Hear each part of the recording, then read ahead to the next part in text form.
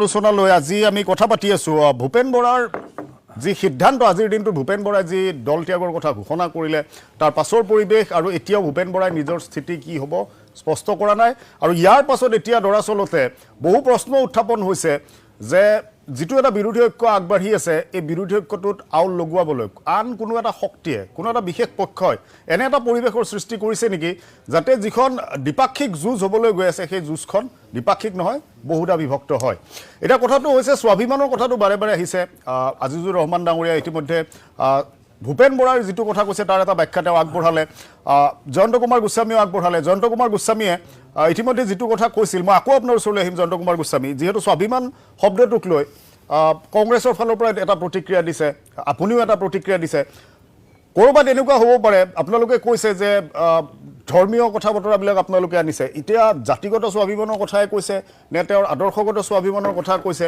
যিটো এটা বাৰ্তা আপোনালোকে দিছে সেই বাৰ্তাটোৱে যে সঁচা ৰাইজে কেনেকৈ মানি ল'ব চাওক আপুনি ভূপেন বৰা ডাঙৰীয়াৰ বক্তব্যটো যদি শুনে তেতিয়া দেখা পাব তেওঁ কৈছে যে মোৰ স্বাভিমানত আঘাত হানিছে যেতিয়া গৌৰৱ গগৈ মাজুলীলৈ গৈছে কাক নিছে আপোনালোকে নিজে দেখিছে বুলি কৈছে অৰ্থাৎ ৰকিবুল হুছেইন ডাঙৰীয়াক নিছে তেওঁ সেইটো ইণ্ডিকেশ্যন কৰিছে আৰু তেওঁক নিয়া নাই এতিয়া স্বাভিমানত আঘাত আনিছে এতিয়া ৰকিবুল হুছেইন ডাঙৰীয়াক অলপ আগতে আজিজুৰ ৰহমান ডাঙৰীয়াই ক'লে যে ৰকিবুল হুছেইন ডাঙৰীয়া মুছলমান কাৰণে তালৈ যাওঁতে আমি বেয়া পাইছোঁ নেকি নহয় আপুনি চাওক ৰকিবুল হুছেইন ডাঙৰীয়াৰ পিতৃ নুৰুল হুছেইনে অসম তথা উত্তৰ পূৰ্বাঞ্চলক বাংলাদেশ আজিৰ বাংলাদেশ পূৰ্বে পাকিস্তান এই পাকিস্তানৰ লগত সংলগ্ন কৰিবৰ কাৰণে জিন্নাৰ যি আন্দোলন এই আন্দোলনত তেওঁলোক একাত্ম হৈছিলে আৰু তেওঁলোকে কৈছিলে যে আমি কাজিয়া কৰি যুঁজি পেলাই আমি এই অঞ্চলটো পাকিস্তানৰ লগত লৈ ল'ম এই কথাটো কৈছিলে গতিকে ভাৰত বিৰোধী তেওঁ চক্ৰৰ লগত জড়িত বিভাজনকামী চক্ৰৰ লগত জড়িত পৰৱৰ্তী সময়ত তেওঁ পাকিস্তানলৈকে গুচি গৈছিলে অৰ্থাৎ বাংলাদেশে গুচি গৈছে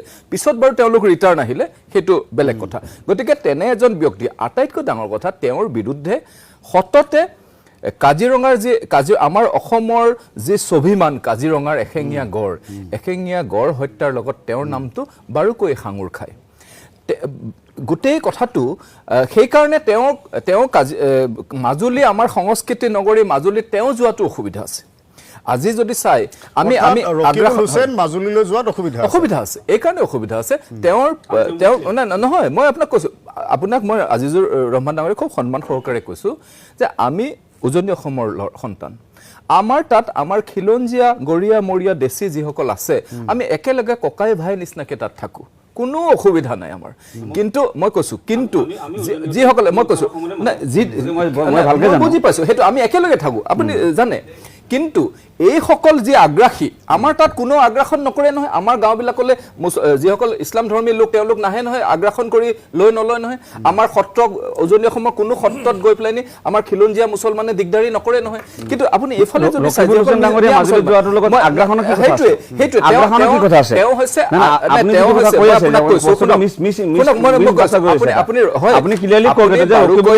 মুছলমান হোৱাৰ কাৰণে মাজুলী যোৱাটো আপোনাৰ আপত্তি আছে কিন্তু মাজুলী আপত্তি নাই মাজুলী ভাষাৰ আপত্তি নাই কাৰণ মই মুছলমান মই যাওঁ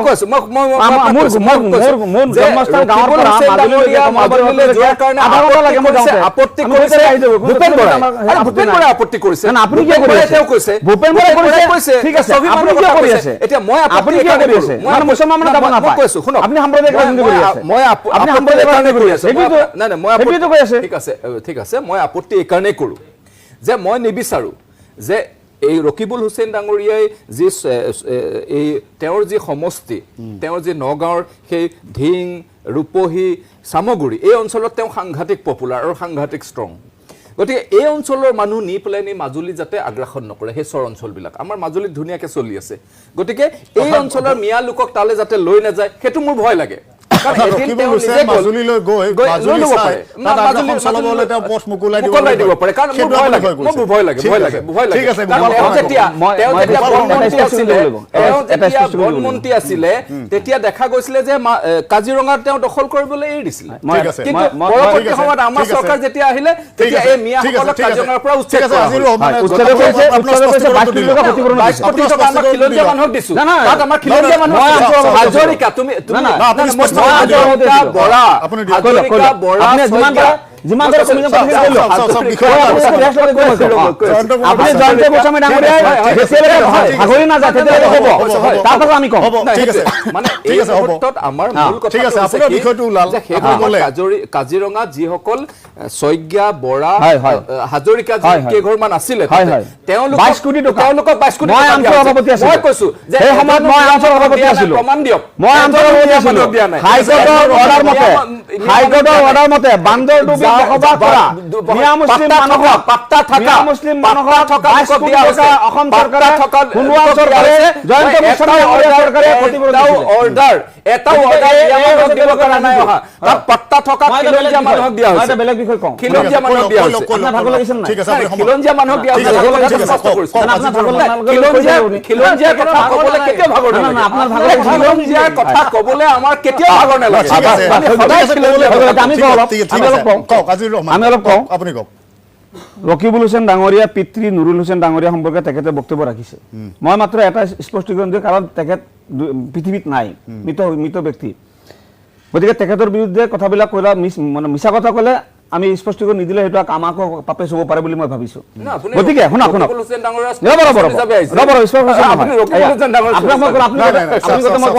উত্তৰটো দি ল'ব নুৰুল হুছেইন ডাঙৰীয়া আছিলে অসম ৰাজ্যিক জমিয়ত উলামা হিন্দৰ ভাইচ প্ৰেচিডেণ্ট মৃত্যুলৈকে নুৰুল হুছেইন ডাঙৰীয়া ৰকিবুল হুছেইন ডাঙৰীয়া পিতৃ আৰু জমিয়ত উলামা হিন্দৰ ভূমিকা কি আছিলে ভাৰতবৰ্ষৰ স্বাধীনতা আন্দোলনৰ সময়ত এই কথাটো যিসকলে অলপ অধ্যয়ন কৰে গুগলত মাৰিলে পাব মানে ৫৭,০০০ জমিয়ত উলামা হিন্দৰ কৰ্মী তেতিয়া শ্বহীদ হৈছিলে ভাৰতবৰ্ষৰ স্বাধীনতাৰ ক্ষেত্ৰত আৰু নুৰুল হুছেইন ডাঙৰীয়া সেই স্বাধীনতা আন্দোলনকাৰী জমিয়ত উলামা হিন্দৰ তেখেত অসম ৰাজ্যিক কমিটিৰ ভাইচ প্ৰেচিডেণ্ট আছিলে মৃত্যুলৈকে গতিকে তেখেতৰ প্ৰতি অভিযোগ অনা হৈ আছে যে লৰকে লেংগে হিন্দুস্তান না কি কৈ আছে তেওঁ বাৰে বাৰে সেই কথাটো গোকাক মিছা কথা কাৰণ জমিয়তৰ ষ্টেণ্ড ক্লিয়াৰ জমিয়তে ভাৰতবৰ্ষ স্বাধীন কৰাৰ ক্ষেত্ৰত মুখ্য ভূমিকা লৈছিলে কিন্তু জয়ন্ত গোস্বামী ডাঙৰীয়াই যাক প্ৰতিনিধিত্ব কৰে আৰএছএছ কিন্তু স্বাধীনতা আন্দোলনৰ বিৰোধী আছিলে গতিকে তেওঁলোকে সেই ইতিহাসটো ভালকে নাজানে কাৰণে এইবিলাক মিছা কথাবিলাক কৈ আছে আপুনি ক'ব আপুনি ক'ব আৰএছএছ কি আছিলে কি নাই অসমবাসীয়ে জানে আৰএছএছে ব্ৰিটিছৰ লগত কিমান চোৰাংচোৱাগিৰি কৰিছে এই কথা অসমবাসীয়ে জানে গতিকে মই আৰু এটা কথা কম মাজুলী আমাৰ অভিজ্ঞ মই মাজুলী কথাটো কৈ আছো মাজুলী আমাৰ ঐতিহ্য মাজুলীক লৈ আমি সকলো অসমবাসীয়ে গৌৰৱ কৰো কেৱল জয়ন্ত গোস্বামী ডাঙৰীয়ে গৌৰৱ নকৰে আমি গৌৰৱ মিয়া মানুহ আহিবলৈ নিদিব তালৈ আমি মিয়া মানুহ তাত যাব পৰা নাই মিয়া মানুহ তাত যাব পৰা নাই মিয়া মানুহ তাত যাব পৰা নাই স্পষ্ট কথা শুনি লওক মিয়া মানুহ তাত যাব পৰা নাই কিন্তু মাজুলীত যে মুছলিম মানুহে তাত যাব নোৱাৰিব মাজুলী যে সত্ৰ বা এই আপোনালোকে দখল কৰাৰ ধান্দা এটা আছে মাজুলী যে তাত যাব পাৰে আপোনালোকে আপুনি যদি মাজুলী যে এই কথাটোত আপোনালোকে ঘৃণা যিমানে বিয়পাব নিবিচাৰে কিয় মাজুলীবাসীয়ে কিন্তু কেতিয়াও নিবিচাৰে মাজুলী পৰ্যটনস্থলী হ'ব লাগিব মাজুলী পৰ্যটনস্থলী আছিলে থাকিব কিন্তু জয়ন্ত গোস্বামী ডাঙৰীয়া যিমানে কাৰ্যসূচী নকৰক কিয় যাব ৰকিবুল হুছেইন ডাঙৰীয়া কৈছে ঠিক আছে আপুনি মিয়া দখল কৰাই নিদিব এইখিনি বিষয়ে কোনো শেষ কৰিব বিচৰা নাই মই আগুৱাব লাগিব অনুষ্ঠানটো মই অনুষ্ঠানটো আগুৱাব লাগিব মানুহৰ ঘৰ আছে গোপাল শৰ্মাই কওকচোন এতিয়া লৈ নাযাব মই বিচাৰিছো ভূপেন জয়ন্ত গোস্বামী ডাঙৰীয়া ঘৰ আপোনাৰ ঘৰ গোলাঘাটত আপোনাৰ ঘৰ গোলাঘাটত আপুনি যেনেকৈ মাজুলীত যাব পাৰে মোৰ ঘৰ ময়ো গুৱাহাটীৰ পৰা যাব পাৰে সবেই যাব পাৰে প্ৰতিক্ৰিয়া ল'ম হ'ব এতিয়া মই হ'ব মিয়া লৈ নাযাব মই না চাওক এতিয়া আপোনালোকে জব মই এইবিলাক ফকতীয়া কথা নক'ব দেই এইবিলাক কথা নক'ব এইবিলাক ফকতীয়া কথা নক'ব আপোনালোকে বিদেশী জাপি দি আছে বিদেশী জাপি দি আছে 53 বছৰৰ বিদেশী জাপি দিছে 53 বছৰৰ বিদেশী জাপি দিছে 53 বছৰৰ বিদেশী জাপি দিছে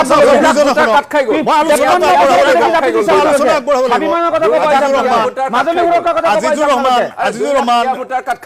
ৰহমান আৰু জয়ন্ত কুমাৰ দুইজনক কৈছো চাওক মিয়া ভূটান বিদেশী চব কাটি দিয়ক বিচাৰিছো যে ৰকিবুল হুছেইন কংগ্ৰেছ দলৰ কংগ্ৰেছৰ প্ৰতিনিধি আছে তেওঁৰ বিদেশলৈকে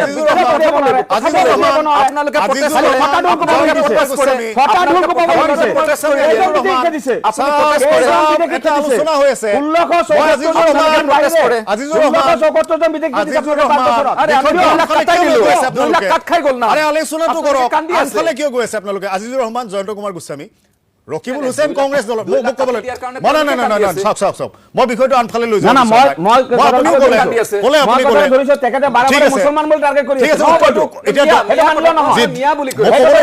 ঠিক আছে এতিয়া কথাটো শুনক, মই আপোনাক ক'ব বিচাৰিছোঁ, আজিজুৰ ৰহমান,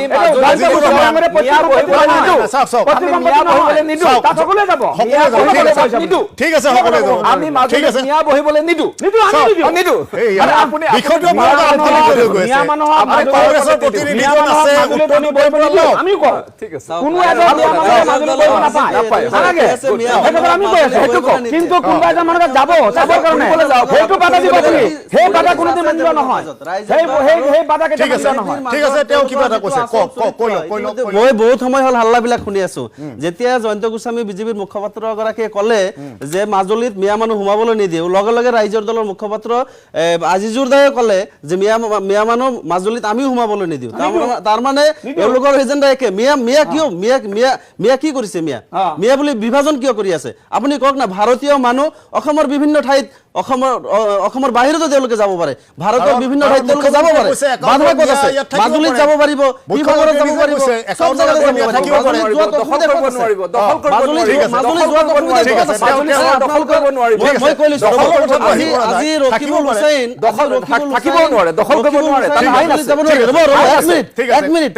আপোনালোকে কৈছে, মই শুনিছো মাজুলীত ৰকিবুল হুছেইন যাব নোৱাৰিব। তাৰমানে ৰকিবুল হুছেইন মুছলমান কাৰণে মাজুলীত যাব নোৱাৰে। এইটো ৰকিবুলক কোৱা নাই, এইটো ৰকিবুলক কোৱা নাই, এইটো মুছলমানসকলক কোৱা হৈছে। এইটো মুছলমানসকলক কোৱা হৈছে যে মুছলমানসকলে মাজুলীত যাব নোৱাৰিব। আৰু এইটো সমৰ্থন কৰি আছে, ৰ'ব এক মিনিট, বিজেপিয়ে কৈ আছে মাজুলীত ৰকিবুল হুছেইন যাব নোৱাৰিব, তাৰমানে মুছলমান যাব নোৱাৰিব। আৰু তাক সময় ৰ'ব এক মিনিট, আৰু সেইটো সমৰ্থন কৰিলে কোনে? ৰাইজৰ দলৰ মুখপাত্ৰ গৰাকী। মই কৈ লৈছো এক মিনিট, এইখিনিতে মই স্পষ্টীকৰণ দি লৈছো। প্লিজ মোক ক'ব দিয়ক। আপোনালোকে কৈছে, আপোনালোকে কৈছে, মই শুনিছো, মোক ক'বলৈ দিয়ক, মোক ক'বলৈ দিয়ক, আপোনালোকে কৈছে, মই শুনিছো, আপোনালোকে কৈছে, মই শুনিছো, মোক ক'বলৈ দিয়ক। ইমান সময় আপোনালোকে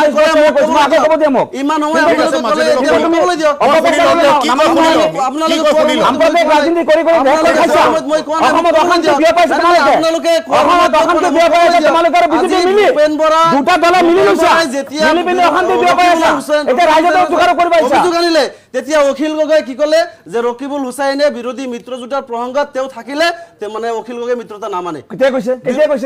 আপুনি চাই লওক, আপুনি জানি লওক, তোমালোকৰ কংগ্ৰেছ বিভাজন, আপুনি জানি তোমালোকৰ লওক, কংগ্ৰেছ বিভাজন, বিজেপিৰ ভিক্টিম হিচাপে বিভাজনৰ ৰাজনীতি কৰে, তোমালোকৰ দায়িত্ব বিজেপিৰ ভিক্টিম আপোনালোকে, অখিল গগৈদেৱে কোনোদিনো কোৱা নাই। বিৰতি ল'ব লাগিব। বিজেপিৰ ভিক্টিম আপোনালোকে, বিজেপিৰ ভিক্টিম অখিল গগৈ, অসমৰ সকলোৱে জানে বিজেপিৰ ভিক্টিম অখিল গগৈ চবে জানে। বুজিলো মই আটাইখিনি কথা। মই এটা বিৰতি ল'ম, মাজিদুল, মই এটা বিৰতি ল'ম, মাজিদুল, মই এটা বিৰতি ল'ম।